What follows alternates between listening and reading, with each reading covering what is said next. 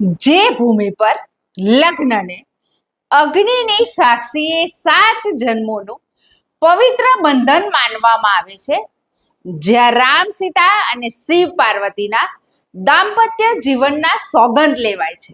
એ જ પવિત્ર ભૂમિ પર આધુનિકતાના ઓઠા હેઠળ પત્નીઓની અદલા બદલી એટલે કે વાઇફ સ્વેપિંગ જેવા ગંદા ખેલ રમાય.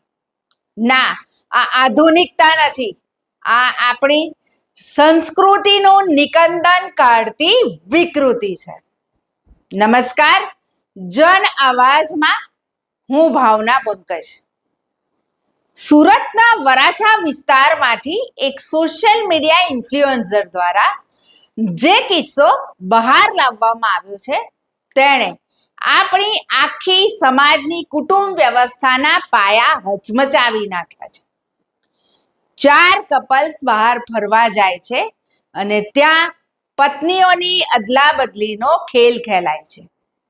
આ કોઈ સામાન્ય ઘટના નથી. આપણા સમાજને લાગેલું એક બહુ મોટું દૂષણ છે. આજે આપણે આ વિષયના દરેક પાસાઓ પર ઊંડાણપૂર્વક વિશ્લેષણ કરીશું. મિત્રો, ભારતીય સંસ્કૃતિમાં લગ્ન એ માત્ર કોઈ શારીરિક કરાર નથી, તે 2 આત્માઓનું પવિત્ર મિલન છે.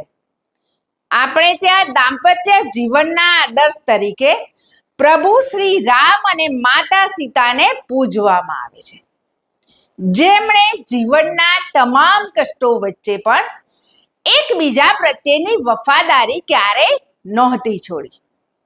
આપણે ત્યાં શિવ અને પાર્વતીનો અર્ધનારીશ્વર સંબંધ પૂજાય છે, જે દર્શાવે છે કે પતિ પત્ની એકબીજાનો અડધો હિસ્સો છે. કોઈ ભોગ વિલાસનું સાધન નથી. જ્યારે આવા કથિત આધુનિક લોકો આવી ગંદી પ્રવૃત્તિઓ કરે છે, ત્યારે તેઓ આ સદીઓ જૂના પવિત્ર આદર્શોની મજાક ઉડાવે છે અને આપણા સનાતન મૂલ્યોને લાંછન લગાવે છે. વિચારો કે આ કઈ પ્રકારની માનસિક બીમારી છે.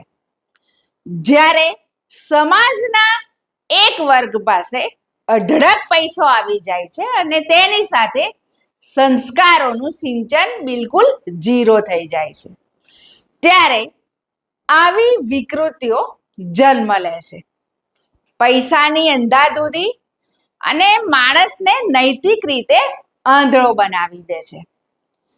ભૌતિક સુખો ભોગવીને જ્યારે આવા તથાકથિત લોકો કંટાળે છે, ત્યારે તેઓ નૈતિક મર્યાદાઓ ઓળંગીને આવા નિષ્કૃષ્ટ રસ્તાઓ શોધે છે.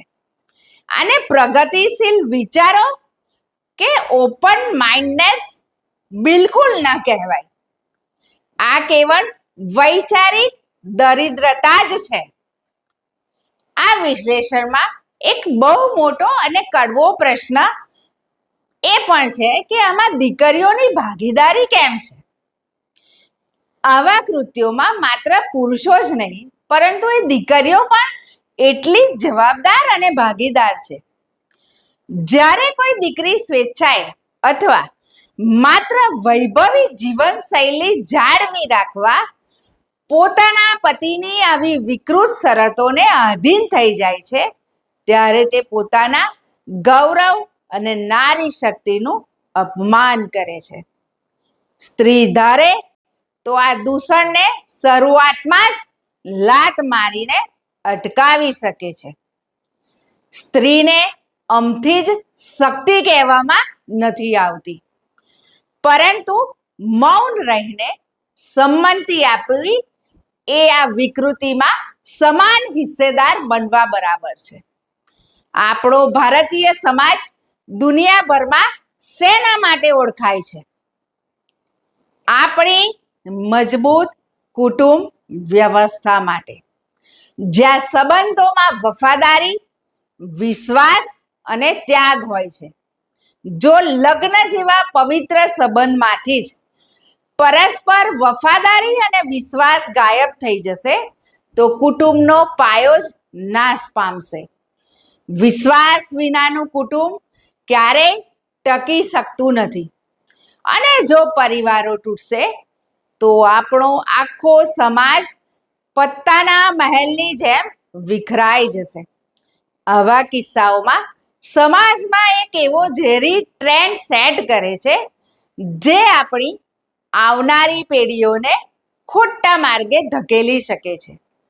આજે તો સુરતનો એક કિસ્સો બહાર આવ્યો છે, પણ આ આઈસબર્ગની માત્ર ટોચ છે. જેમ આઈસબર્ગ ઉપરથી દેખાય છે, નીચે કેટલો ઊંડો છે એ કોઈને ખબર નથી. તેવી જ રીતે આધુનિકતાના ઓઠા હેઠળ ખબર નહીં આવા કેટલાય કિસ્સાઓ અંધારામાં રમાતા હશે. સમય આવી ગયો છે કે સમાજ જાગે.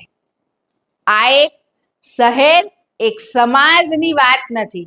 આ બધા જ સમાજ અને ભારતીય સંસ્કૃતિની વાત છે. આપણે માત્ર આર્થિક રીતે પ્રગતિ નથી કરવાની, સાથે આપણી નૈતિકતા અને સંસ્કારોને પણ બચાવવાના છે. આવા વિકૃત માનસિકતા ધરાવતા લોકોનું શું કરવું જોઈએ, જેથી કોઈ ફરી આવું દૂષણ ફેલાવવાની હિંમત પણ ન કરી શકે? મિત્રો, આપણો સમાજ કઈ દિશામાં જઈ રહ્યો છે? આ કોની જવાબદારી છે? આ વિષય પર આપના વિચારો અને મંતવ્ય શું છે તે નીચે કમેન્ટ બોક્સમાં જરૂરથી લખજો, જેથી સમાજમાં એક વૈચારિક મંથન શરૂ થાય.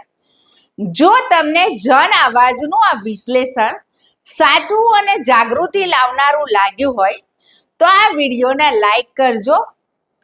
તમારી નૈતિક જવાબદારી સમજીને તમારા ગ્રુપમાં અને શેર કરજો.